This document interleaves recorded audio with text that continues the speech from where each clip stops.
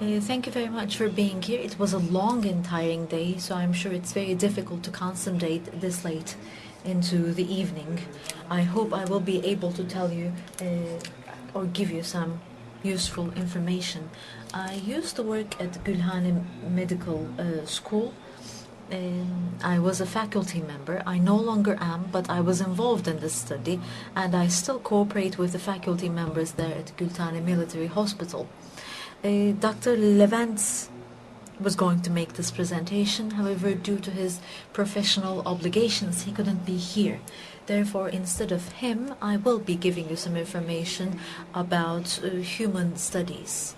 First of all, let's start with the etiology of schizophrenia. The first focus was dopamine, but later other neurotransmitters were considered to be involved as well. Of course, this changed the agents as well. First, we started off with typical antipsychotics, then came the atypicals, and then came other antipsychotics that targeted different receptors. In terms of side effects, of course, typical antipsychotics have extrapyramidal side effects, which reduces adherence to therapy.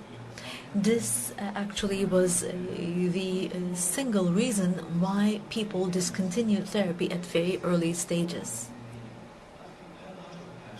There are no EPS side effects of atypicals, therefore they came to be preferred more. But they have impacts on other receptors, therefore we have other side effects. Weight gain, of course, is the most important one of these. Of course, metabolic syndrome as a result of weight gain is another problem. Süleyman made a reference to weight gain and insulin resistance. Because we believe that if we can find the underlying reason, then we can treat it. Or we can produce the drug without that certain side effect. But this side effect seems to be a side effect that is caused by many different systems, adrenergic, histaminergic, orexigenic, and muscarinic systems seem to be effective.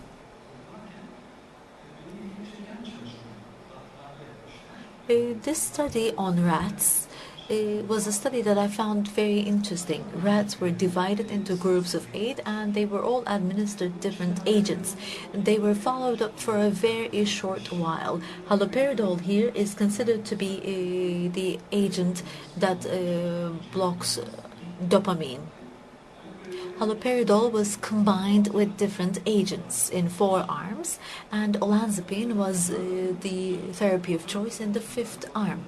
The study was only 4 days long, but olanzapine group at the end of the 4 days seemed to have recorded the highest percentage of weight change. And among all the agents, 5-HT2C antagonists seem to cause the least weight change.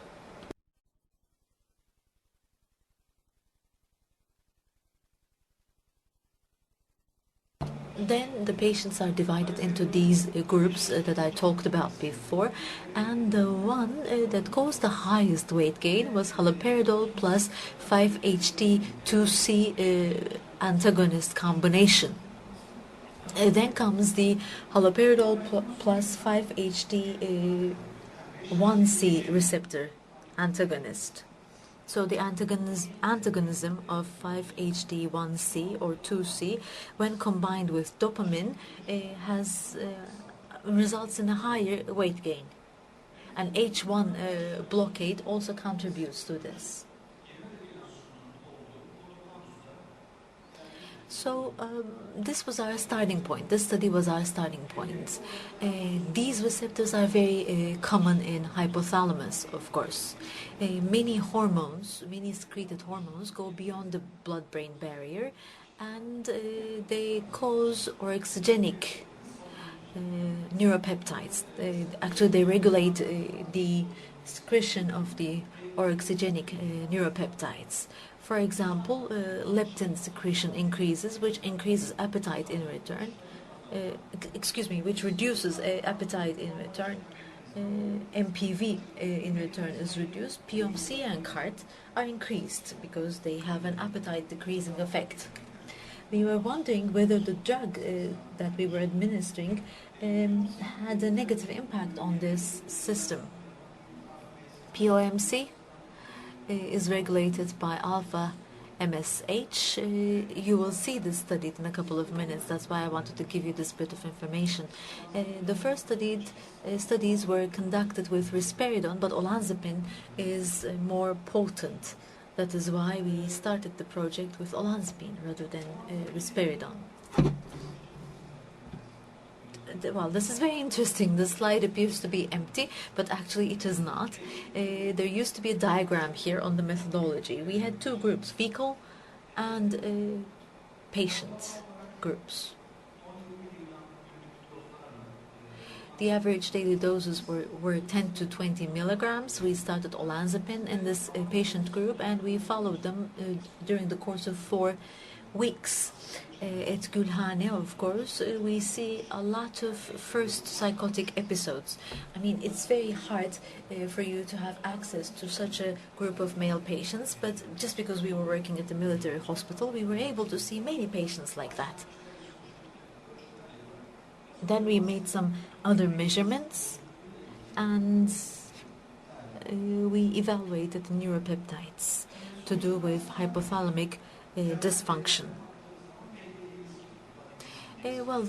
Actually, all the criteria appeared to be similar to what we expected.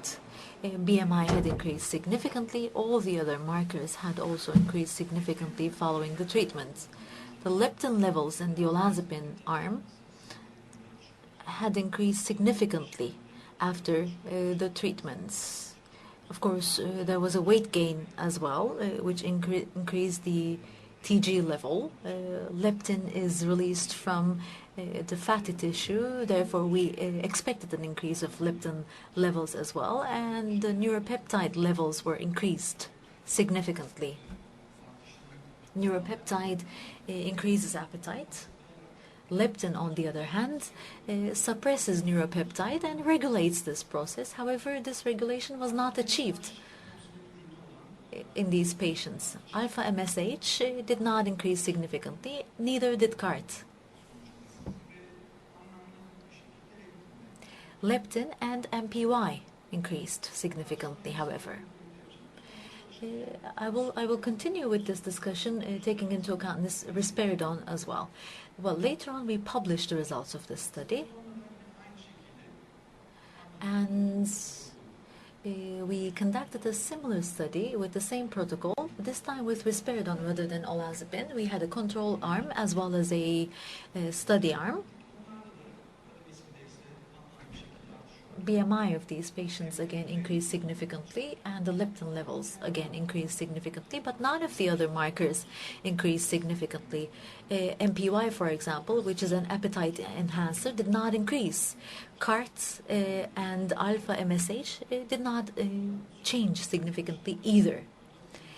We also published this in Clinical Psychopharmacology recently. Now I will discuss both studies simultaneously. We expected a weight gain anyway, and this was our clinical observation. We were also able to prove it statistically, so it became a significant weight gain in this case.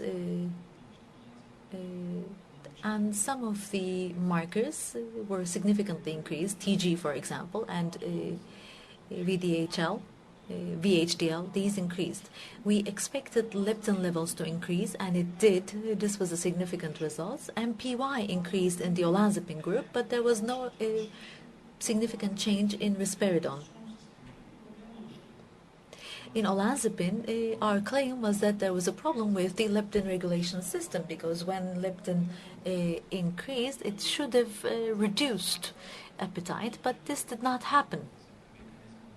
Süleyman talked about the modes of action of different agents, 5-HT1C and 5-HT2C, and that kind of receptors, for example, are important receptors in the secretion of neuropeptides.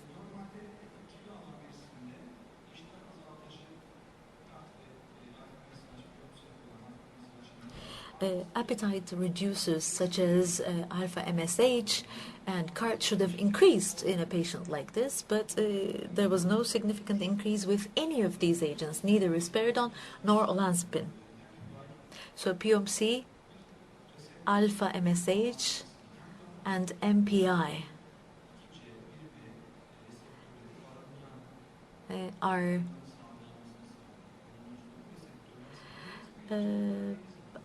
with those receptors that are involved in the secretion of many hormones. When we administer these drugs, apparently leptin regulation is no longer effective, and those hormones that should reduce appetite are no longer secreted, and there is a decrease in the secretion of appetite enhancers. POMC, however, is very important. 5-HT2C is located on the neuron, and it's a very important receptor in the gene expression. And olanzapine has a high affinity to this receptor, therefore it blocks POMC. So therefore there was no significant increase in POMC. So this is a short summary of our hypotheses. Adipose tissue increases as well as the leptin levels. However, the drugs are mainly effective on the serotonin receptors. Therefore, there was no regulation of eating behavior. This, of course, requires us to carry out further research, but we could not carry out such research on humans. We conducted some research on rats, however, and Tulin will give you some more information about the results of those studies. If you evaluate both arms together, the human studies and the animal models, you will understand the whole story much better. So we have some new projects as well, metformin for treatment, olanzapine and aripiprazole, for example. We used aripiprazole on rats, and we got some very interesting results. We also used the add-on metformin, and if we can get financial support, we will complete these two studies in the shortest run possible. Well, as clinicians, we're the first ones to become aware of the problem, to see the problems and to become aware of them. But I believe that it's very important to work in collaboration. Tulin, of course, is a biologist, and it's very useful to work with different disciplines. As a clinician, for example, I could not see the reasons behind some of the problems, but I learned a lot from our cooperation. We can interpret the picture in front of us much better when we work in a multidisciplinary team. I would like to thank all my colleagues for their support, and thank you all for your patience.